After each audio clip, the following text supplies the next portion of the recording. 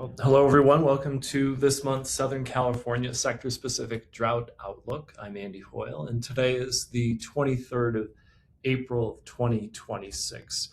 This is part of our Modernizing Drought Early Warning effort, where our mission is to inform early warning decision-making based on co-developed sector-specific and evidence-based drought intelligence. In our monthly processes, deliver sector-specific drought scenarios tailored to the monitoring and forecasting information needs of our partners. And thank you all for joining today. So we asked these following questions here. What questions do you have about drought? What topics are you considering regarding drought and its cascading effects? What would you like to learn more about? And what do you think we should learn more about? And this is important for our process here as we tailor and we hone, and we also try to get the feedback of our partners here. So our Modernizing Drought Early Warning effort includes three sectors: public health, water utilities, and agriculture, focusing on Southern California. And this is within the context of the broader Southwestern United States region, where Southern California is intimately tied to in terms of water resources. Today's date is the 23rd of April, 2026, and we have been going through these monthly exercises for some time now, as this is the second year of our pilot, and we will continue to do so. We'll meet again late next month in May, and then we are scheduled to meet once again in later June. So the briefing today is as follows. We'll provide a global perspective, so global conditions relevant to the Southern California sectors. Then we'll provide a regional perspective, Southwest U.S. conditions relevant to the Southern California sectors, and then finally getting into the sector-specific drought outlook for each of the three sectors that we focus on, which include water utilities, public health, and agriculture. And at any time, we invite questions and comments from our colleagues and partners, and we can use the chat box. I believe that the question and answer feature is also an option for us, as well as it tends to be as it relates here to the WebEx platform that we are on. So here we are with the global perspective, and we're going to begin here with the El Nino Southern Oscillation. First and foremost, the El Nino Southern Oscillation is composed of El Nino, La Nina, and neutral phases, and it's related to weather anomalies that are used to predict conditions in California during many following months. The second point is that El Nino is forecast in mid to late 2026, a greater than 70% chance after July to September, following ENSO neutral conditions in spring 2026. There's a greater than 50% chance of a strong El Nino late in this calendar year. Now, the public forum has taken a liking to El Nino, and it has received a lot of attention in the media and on social media and in many different platforms. So I'm going to spend a few moments here describing what the El Nino Southern Oscillation is, so that folks don't look at this as if it is an ambiguous beast over the central Pacific Ocean that has these effects that need to be characterized. So ENSO neutral conditions, that is when the Pacific Ocean is in its average state. What tends to happen is across the tropical Pacific Ocean, we have winds that blow from east to west. We call those the tropical easterlies. What that does is it pushes warm water from the surface toward the western tropical Pacific Ocean. You can see this here in the left hand, the diagram on the left, with these wind vectors pushing that water from east to west. Now, when that water is pushed from east to west, water must replace it. That water is replaced with water with depth, and it's cooler than the water near the surface. And as a result, this creates a pattern of sea surface temperatures in the Pacific Ocean with a warm western Pacific and a cool eastern Pacific. Now, when we have an El Nino condition or an El Nino event that is forecast like the one later in this calendar year, we have a reversal of the conditions that we tend to see during ENSO neutral. Those trade winds that blow from east to west, they become considerably weaker. And as a result of those weakening trade winds, the sea surface temperatures that would otherwise be pushed to the western Pacific, they remain in the central Pacific Ocean. And what that looks like is warm sea surface temperature departures from average remaining over the central Pacific Ocean. That creates a whole host of effects with regard to the way that the Pacific Ocean and the tropical atmosphere above it behaves. We tend to see enhanced precipitation over the central tropical Pacific Ocean. we tend to see reduced precipitation over the western Pacific Ocean. And that sets off a very large compounding cascading effect that emanates from the Pacific to our global atmosphere. The known effects here of the El Nino Southern Oscillation are documented on this slide. And the El Nino Southern Oscillation alters the chances for precipitation and temperature anomalies. And we tend to see them in this pattern right here during a typical El Nino winter. What happens during an El Nino event is it perturbs the atmosphere over the tropics, almost akin to dropping a stone in a pond and watching waves emanate from where that stone was dropped. Well, that is akin to what we see here within the Northern Hemisphere. And we see these waves set up over North America, and they therefore result in these anomalies of wet and dry conditions over North America. What we also tend to see during an El Nino event is an extended Pacific jet stream from the Pacific Ocean into North America, bringing wetter and cooler conditions over the southern tier of the United States. And that is within the forecast here for later in this calendar year, as El Nino is the most likely outcome. Now, here's a chart of a time series that indicates the relative oceanic Nino index. This index right here shows the departure from average of the sea surface temperature anomalies over the central tropical Pacific Ocean, a region that we call the Nino 3.4 index. This index right here is charted from 2000 all the way to the near present. And you can see that El Nino and La Nina events, they occur with some frequency here. Though over the last 25 or so years, we've seen many more La Nina events than we have El Nino events. So we're coming out of a La Nina event right now, and we're moving toward ENSO neutral conditions with the forecast for an El Nino event later in this calendar year. We've had two El Nino events in the last 10 years. That was 2023 and 2024. That's where my cursor is right here. And another one here in 2017 and 2018. The last really large El Nino event that we had was in 2015 to 2016, and that was a strong El Nino event.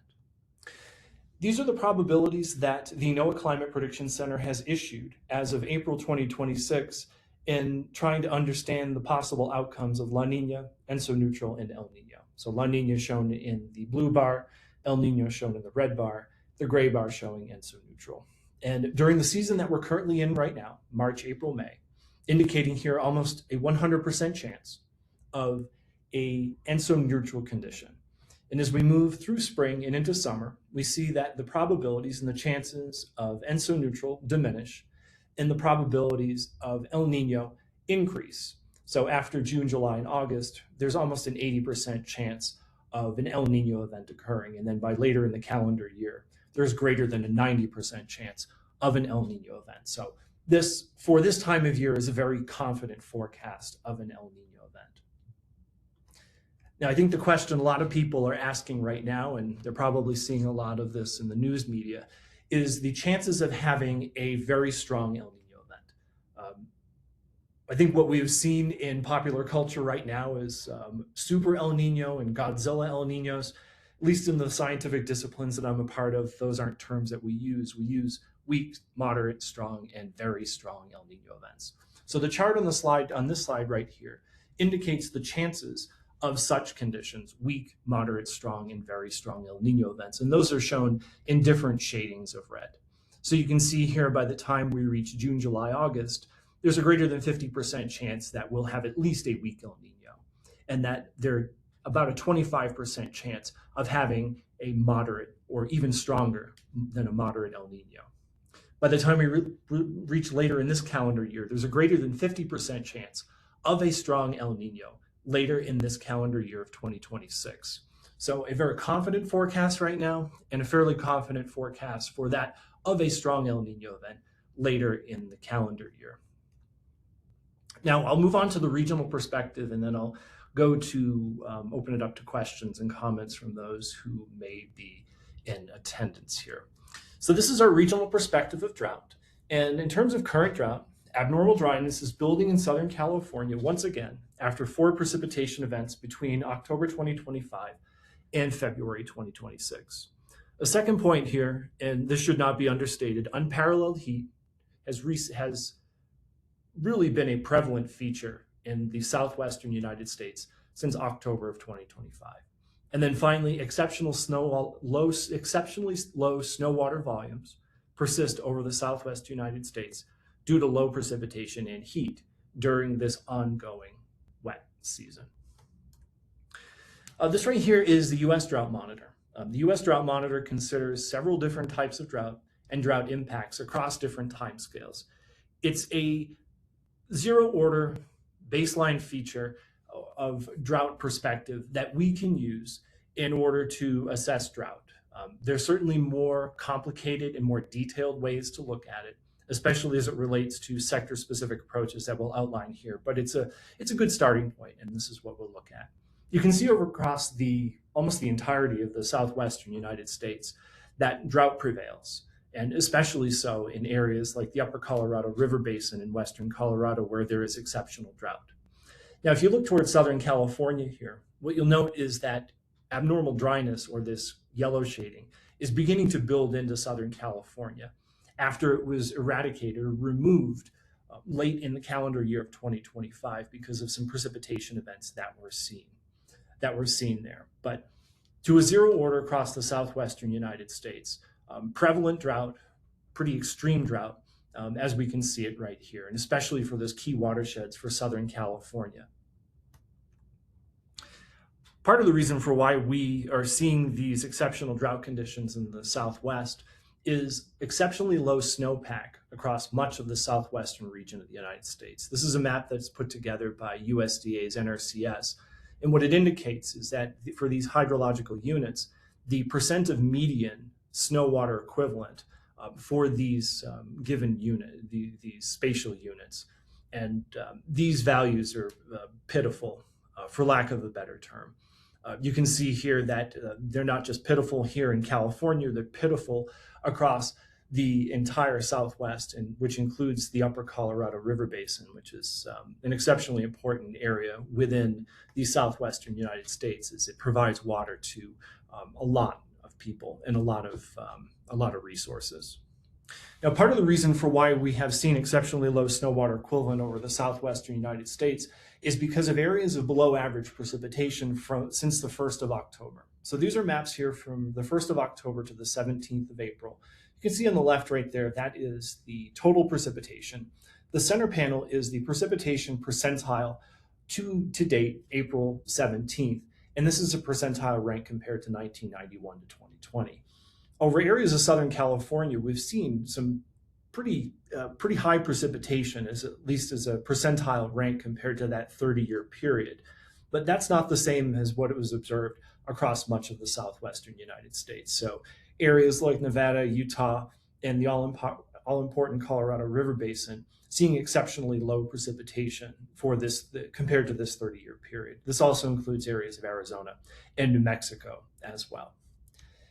Now, because the water year spans so long, it goes to the end of September of 2026, considerable precipitation is still required in the Southwest to reach conditions that reflect normal. And if the water year were to end today, we would see exceptionally low precipitation in much of the southwestern United States. So you might note here that over these areas of California, at least locally, what this indicates here are the values that don't differ between the two pictures is that the wet season tends to end this time of year. So the precipitation that has fallen will more or less account for what we tend to see for the entire year, just visually comparing these two green shadings. Now, if you look at the four corner states here, the southwest monsoon, because that does play a pretty pivotal role in precipitation over these areas right here, there's still a long way to go in terms of the amount of precipitation that tends to be observed during the calendar year here, or during the water year. So this is to be noted here, that we do expect to see at least some precipitation in a climatological sense, and hopefully that precipitation ends up delivering as we move through Northern Hemisphere summer. Now, moving on to Southern California, looking at the precipitation time series.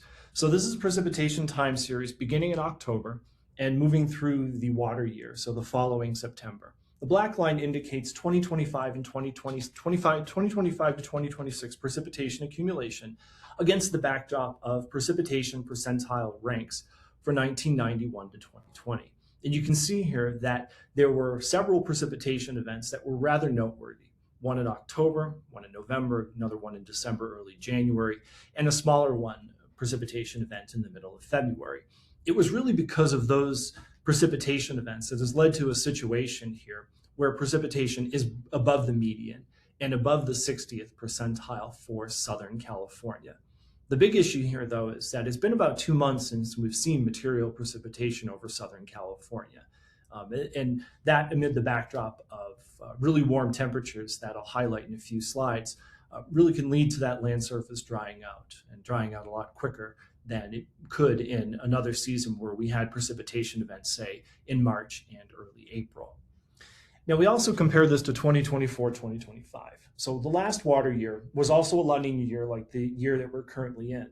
Though the two differ by quite a bit. You can see that 2025, 2026, because of those heavy precipitation events in November and December, they really led to a situation where above average precipitation was observed in that local Southern California area. Now, just to put a bow on this La Nina situation, the event that we're currently coming out of as it relates to the El Nino Southern Oscillation, that La Nina events tend to lead to below average precipitation. You can see this here with these thin black lines indicating the precipitation accumulating for La Nina events dating back to 1950. And as of this time of year, in the middle of April, you can see that most La Nina events tend to be related with below average precipitation, an outlier being the 2024, 2025, 2026 year that we're currently in. Now, getting on to temperatures, which are accurately categorized as exceptional. And that may not even be a strong enough term for this just because of how exceptionally hot conditions have been over the Southwest United States since October 1st. The center panel here indicates the temperature percentile ranked to date for October 1 to April 17. And you can see here with this ruby red shading, that indicates that the 2024, 2025, 2026 period, it was the hottest within that 30-year or compared to that 30-year period across almost the entirety of the Southwest. And in areas where we didn't see the hottest on record, the conditions were would have been the second hottest on record. This is a time series here of Southern California maximum temperature from the 1st of October to the middle of April. The black line here indicates conditions for 2025 to 2026. This is against the backdrop of temperature percentile ranks for a period that includes 1951 to 2024. So the darkest blue shading here indicates the minimum value during 1951 to 2024. The darkest red shading here indicates the maximum value. And anytime that we have seen this black curve rise above the red line, it indicates the record, the historical record maximum dating back to at least 1951. And you can see that that was the case for several times or several periods here, late February into early March. And then this March period that happened about a month ago where we had cleared the prior historical record by about 6 degrees Celsius. So just an exceptionally warm period, an exceptionally warm prolonged period during this this water year dating back to the 1st of October. This was not the only time where we saw exceptional heat. And in fact, most of the time since October, we haven't seen exceptional heat, with just a few periods where we even saw near and below average conditions. And I'm just highlighting this here with my cursor. So all told, exceptional heat, very low precipitation across much of the southwestern United States, exacerbating significant concerns related to drought across the Southwest and in Southern California.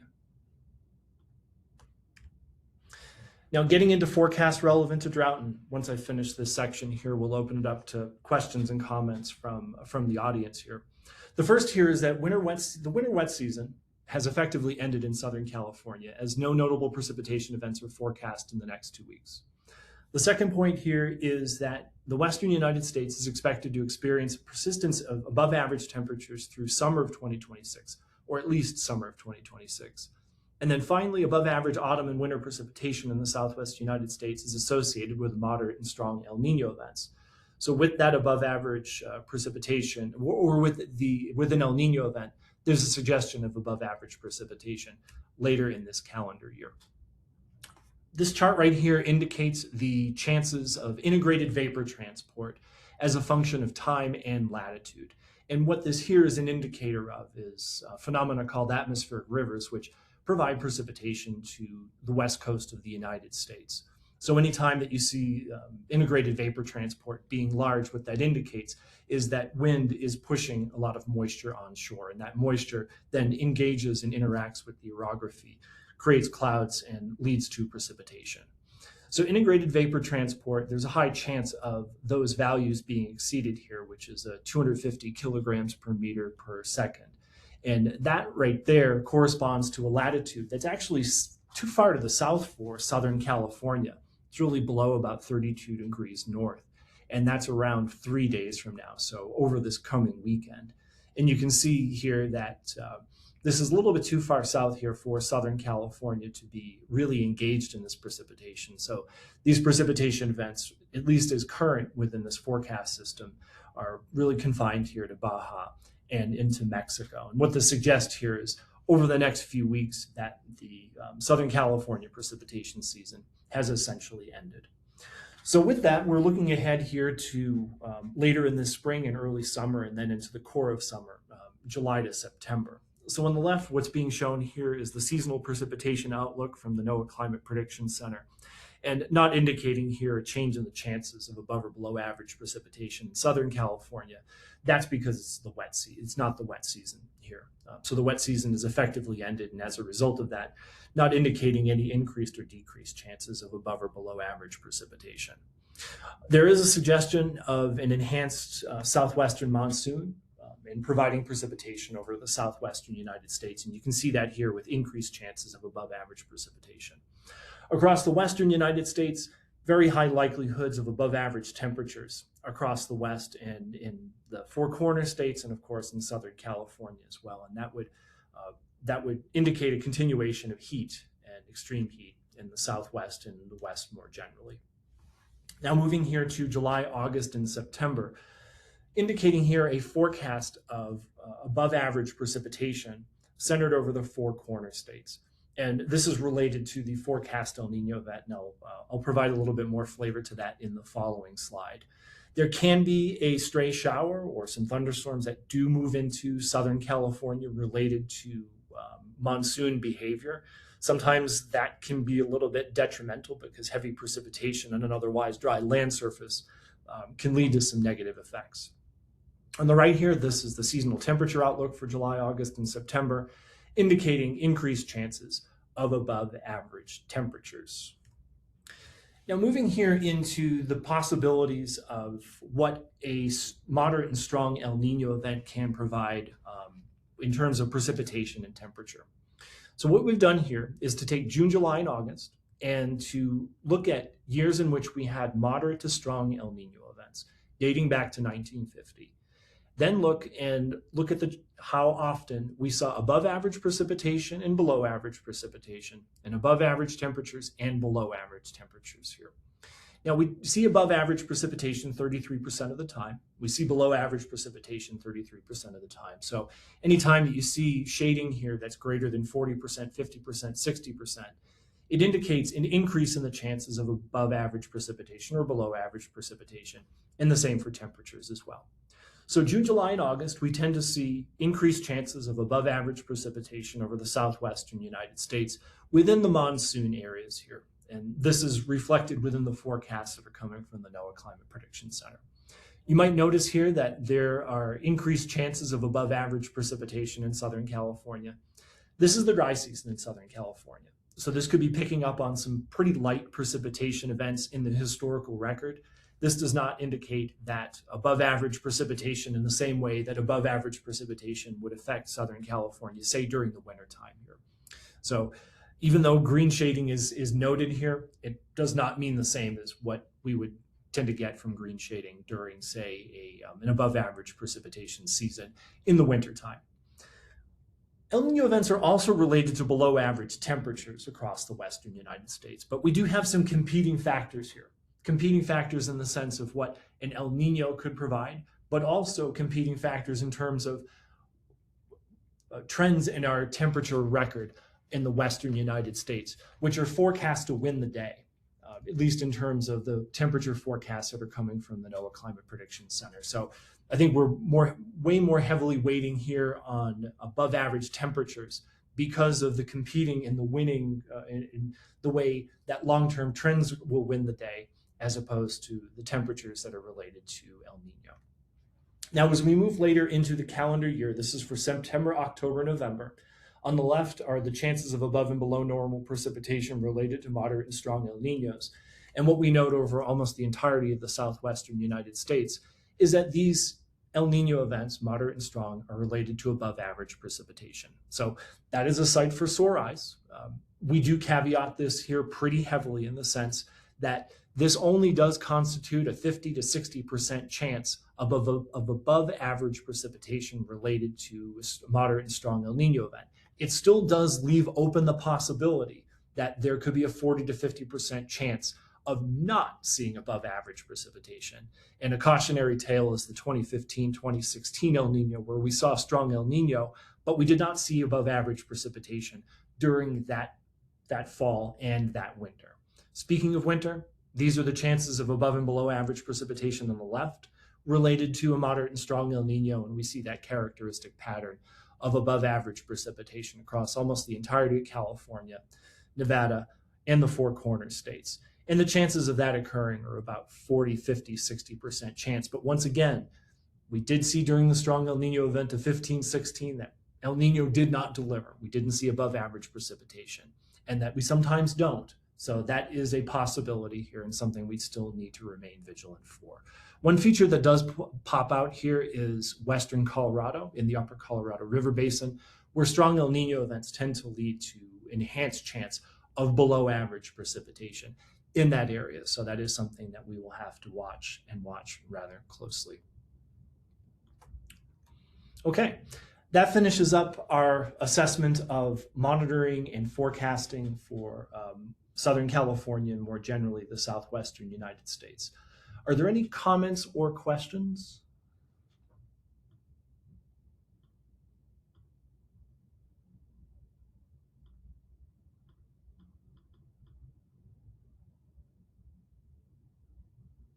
Okay, well, hearing none. I have a question.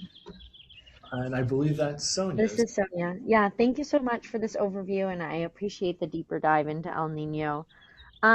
I know this is a Southern California pilot, so you can just talk briefly on it, but in Northern California, we've been seeing some later snow events in the mountains, and I was wondering how that affects the snowpack and if that's just melting straight away. And like a lot of the things that people have been citing is like we're at 18% of normal, that's super low, and I haven't seen that change in the last month, even though we've had two major snow events up in the Lake Tahoe region. Yeah, it's a good point. That's not being reflected within the assessments that we have here, and it suggests that that precipitation is not falling as snow and then getting caught up within the snowpack. Hey, Sonia, this is Mike Anderson. I'll follow up with you on that. Great. Thanks, Mike. Yep.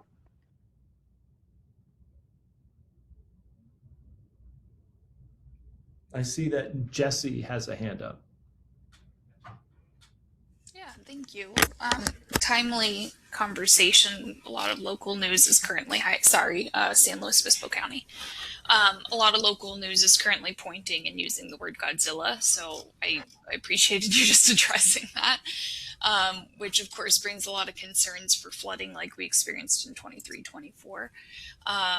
That being the most recent atmospheric river that people have in mind, and 100-year storm, as they were saying. But one of the most recent articles about it was referencing like the 97-98 flooding and like powerful El Ninos that they saw, where we got like 44 inches in some of our parts of the county.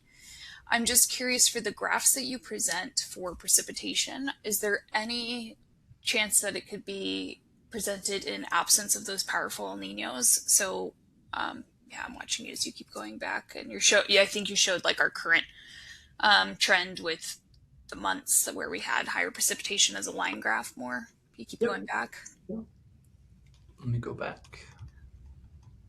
Yeah, just like Yeah. this. Yeah. So if we were to omit those like powerful El Nino events for like 97, 98, because I think this one only went back, yeah, to 91 and didn't include like the 80s that we saw, um, how that would kind of change the forecast a bit because those outlying years, I imagine, are creating this deviation. But if that would be an opportunity just to see if we excluded them, how much of a, like, are we still on track for like 50th percentile or, does that alter the projections or how we're currently seeing the 25-26 year? Yeah, that's a great perspective, and it's something that we can definitely do because we have the data on hand. Why don't you send me an email, and what we can do is I can set that up for you and share that with you, so that I can give you exactly what would be useful to you. Does that sound okay? That sounds great. Thank you. Excellent, thanks. Yeah, that's a really good point. It's like, if you were to take away two of those events, what would your likelihoods, at least in that perspective, give you? And the likelihoods would go down. I suspect it would still be above like a 40%. So in the pictures that we're showing here, it would still be in the green shading, but certainly would not have the deeper greens that are indicated here. Yeah, and Yep. as you pointed to, like the 15-16 year, I think they only saw like 19 inches of rain in the area that they metered against the 98 rain, and so like a 44-inch difference versus like a 17-inch, or excuse me, a 19-inch is quite different. And so even those were considered powerful events, even though 44 versus 19 is a massive difference. So it's interesting how they get labeled and relayed to the community as powerful years, even though just statistically those are very different numbers. And since the 2000s, we haven't really seen that mass amount since like the 90s that have happened. Yeah, that's a great point. Yeah, and I really like this question that Jesse's getting at of like often in public health or the general public, like we want to know, are we really excited for El Nino because it's going to bring the rain that we need and like keep us out of the drought, or are we dreading it and there's going to be a big flooding event and we need to prepare for that? So I think like this difference between like the moderate and extreme El Nino and understanding the likelihoods in that will be helpful in messaging and interpreting the forecast. Kind of how much rain are we really thinking? And I think the answer is it's really hard to predict. The answer is it's really hard to predict. Yeah, and another sentiment from what you said is be careful what you wish for, because some of those heavy precipitation years, they bring in their own host of effects that are not always positive.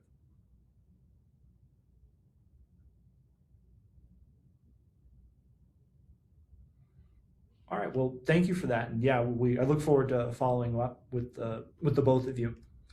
So let's move on here to water utilities, or water utility sector. And here is the scenario. Reservoir and groundwater storage is expected to be average or above average in California through 2026. We have high confidence in that. Low inflows into Lakes Powell and Meade from the Colorado River is expected this year, which could impact water supply. Highly confident in that. Power generation, medium confidence in late 2026 and 2027. And there's been some late breaking developments over the past day about releases from upstream of Lakes Powell and Meade that could play a role in the amount of water available for water supply and power generation. But before we get there, this is the reservoir levels as of the 20th of April, 2026, indicating above average conditions in Southern California. That's indicated by the green and blue dots. And as a historical average, reservoirs are running at about 120% of average in California, with a total storage of 32.60 million acre feet. One important thing to note here is that with the dry season having ended about 2 months ago, so a little bit earlier than is typical, and with the really warm temperatures, there's quite a bit of consumption, and these reservoirs are going to need to hold things over and provide water for perhaps about a month to 2 months earlier or more than they would otherwise be asked to do. So that is a cause for concern. The snow water volume chart that I showed before is presented on this slide. Exceptionally low snowpack across much of the southwestern United States. And That plays a really big role, obviously, in water resources, the amount of water that gets brought into rivers and streams and ultimately reservoirs. And you can see here that across the southwestern United States, just very, very poor conditions. So as a percent of median, we're looking at 22, 17, 14. So all of these exceptionally low values across the Southwest and the all-important Colorado River Basin. Focusing more on snow water equivalent in the San Joaquin, so closer in California. These charts show snow water equivalent on the vertical axis in inches. On the horizontal axis, they show time beginning on October 1st and then going through September 30 of the following year. The black line indicates conditions as of current, so this is as of the 21st of April.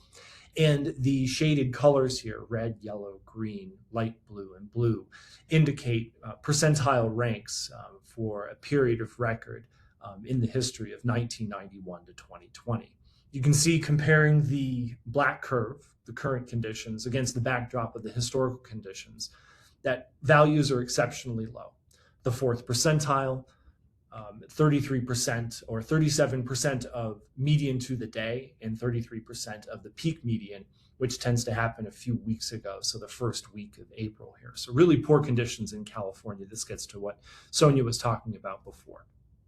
Now moving here into the upper Colorado region, really terrible conditions. The black curve right here has been charting out record lows for several months now and sitting at record lows compared to that 1991 to 2020 period.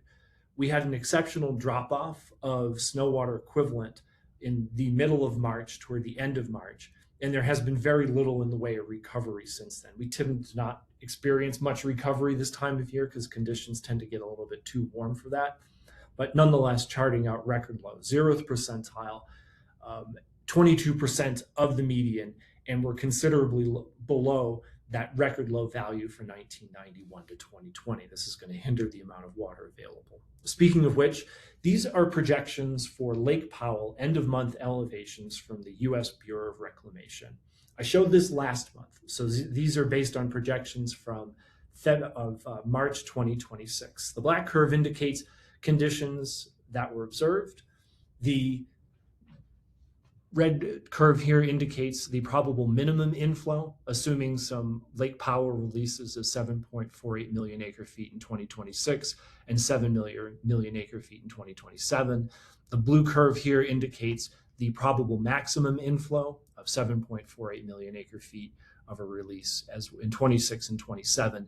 And the green curve here is the most probable inflow. So basically what they do is they take historical conditions, they run it through computer simulations, and they're able to provide this range of possible outcomes going forward.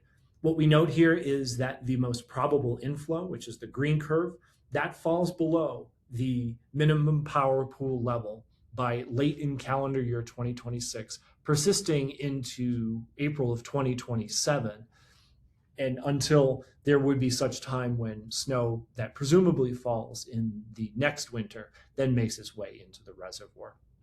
Now, note how I said this was last month. These are the updated conditions from this month. Much more dour, much more dire. Those updated conditions indicate they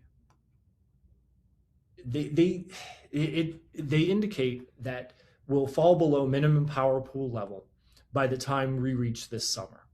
Now, there's been some late breaking news in terms of releases from the Flaming Gorge to the north, which would make its way into Lake Powell and hopefully keep Lake Powell at levels that stave off minimum power pool, and also not release water from Lake Powell or as much as they otherwise would in order to keep those lake levels at higher than minimum power pool level.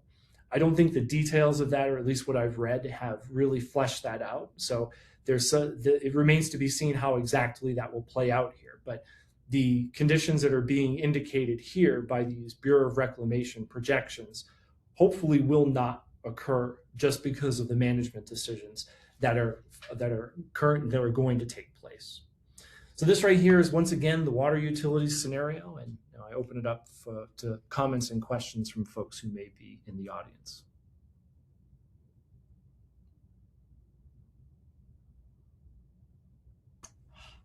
I saw Sonia's hand, but I'm not sure if it's from before.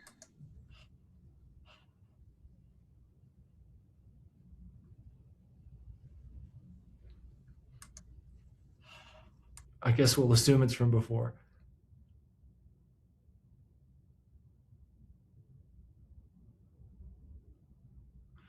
Okay. All right, we'll move on here to public health, where we have a whole host of scenarios with high confidence. So first, poor air quality due to blowing dust is expected from April to June of 2026. The risk of poor air quality due to wildfire smoke will increase in summer and autumn amid warm temperatures in the dry season. Valley fever cases are expected to rise in spring, summer, and autumn of 2026. After drought, then recent heavy precipitation, then recent dryness, conditions are favorable for the valley fever fungus to thrive and spread in a dry and windy spring. And then finally, there's a high risk of heat-related illnesses in Southern California and throughout the Southwest between spring and autumn of 2026. So we're beginning here with the air quality index and wildfires as of this morning, April 23rd, 2026. And you can note here that there's a lot of symbols that indicate fires within Southern California. These are new as of this week. So there's been some building fires that have popped up in Southern California and more generally in the southwestern United States. Hopefully this is not a harbinger of things to come here, because conditions are beginning to dry out at the land surface. And as a result of that, will increase the risk of wildfires. Speaking of which, this is from the National Interagency Fire Center indicating significant wildland fire potential outlook for May 2026 on the left, and on the right, July of 2026. So for the next month, May of 2026, indicating increase in the significant wildland fire potential risk across the states of Arizona and New Mexico, which really projects onto the high time for their fire season. Moving ahead to July of 2026, noting here that widespread significant wildland fire potential is above normal conditions across much of the western United States. And I would suspect that just based on conditions that were observed over the last month, that forecast for July of 2026 will indicate more above conditions over much of the Southwest. And as we move into August and September, I can imagine here that Southern California will begin to light up as well. This right here is the normalized difference vegetation index, and what it means here is that we have a satellite that's observing the land surface and indicating how green the land surface is.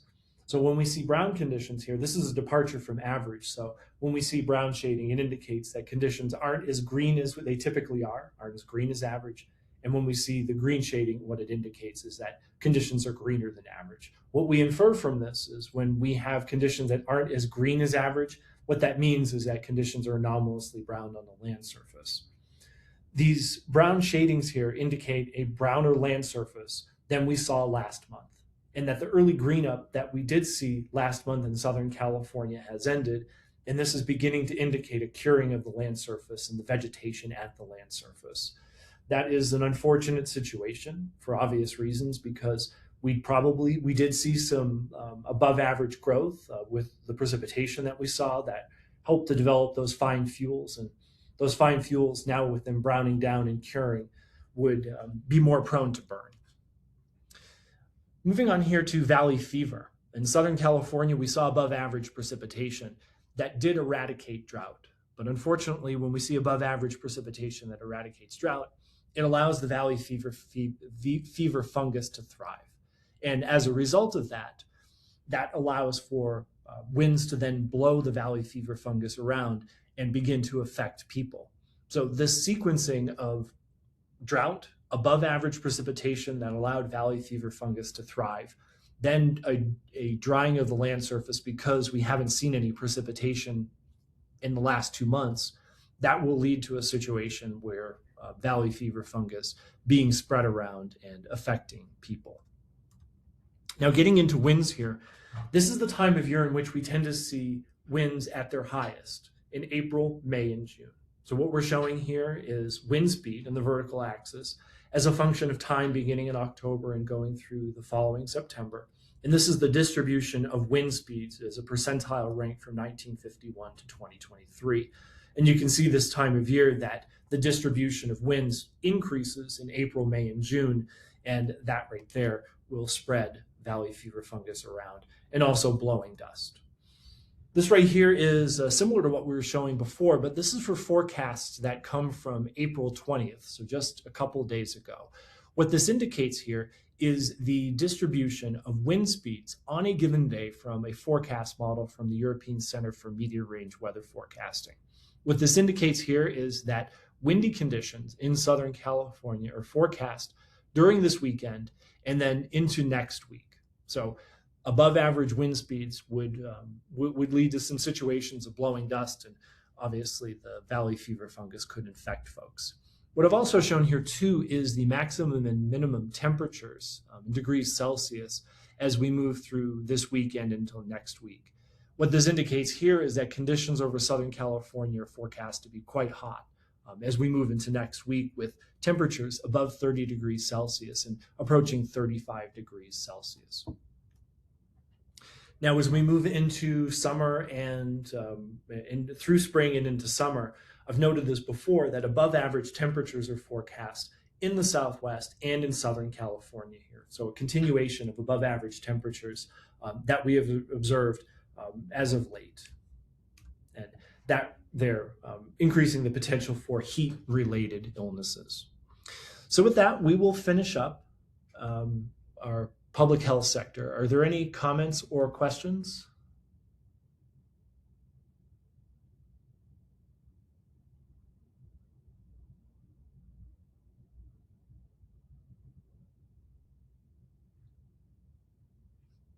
Okay, hearing none, we will move on here to agriculture, where we have two different scenarios. The first one is high agricultural productivity is expected in late 2025 and early 2026, high confidence.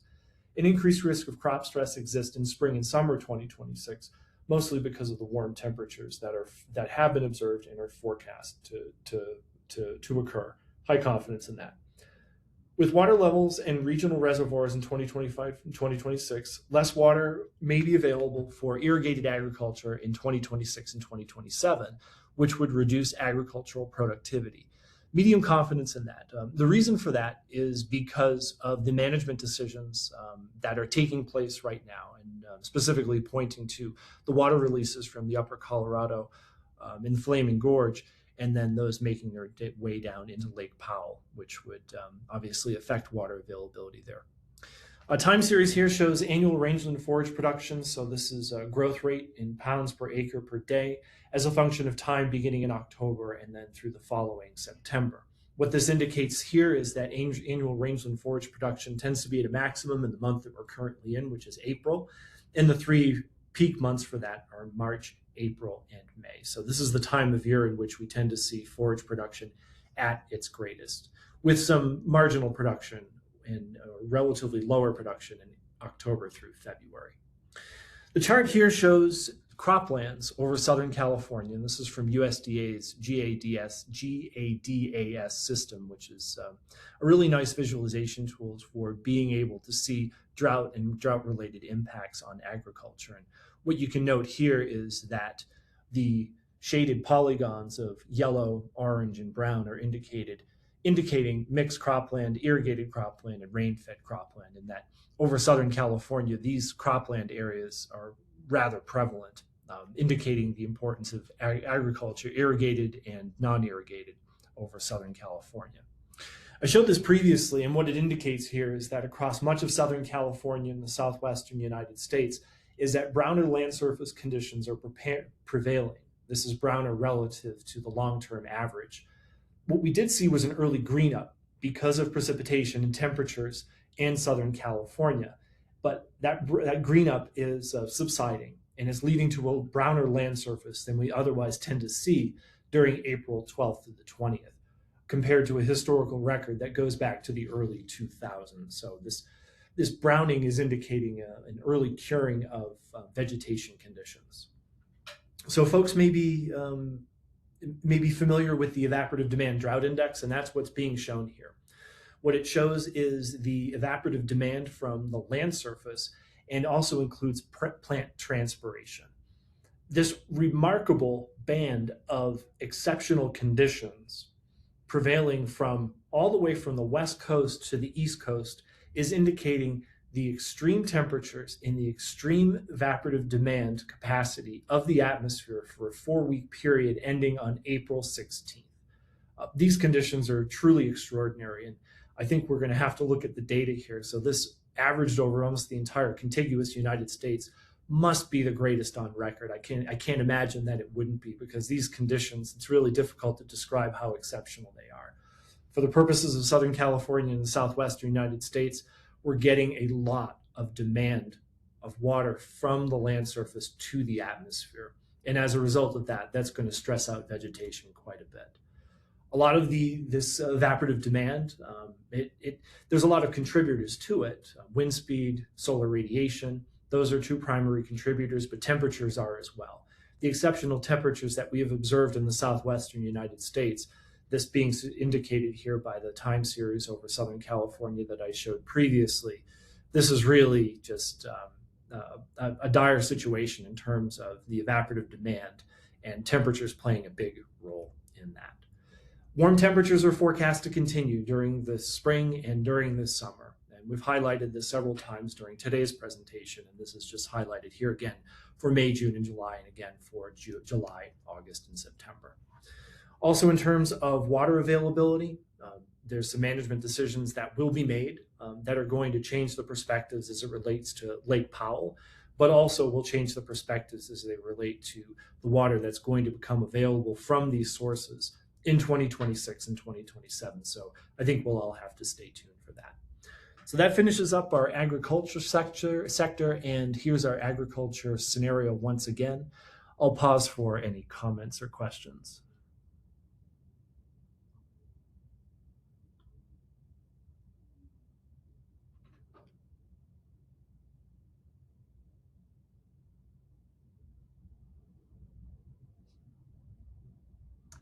All right, Andy, should I stop the recording? Yeah, that's a good idea.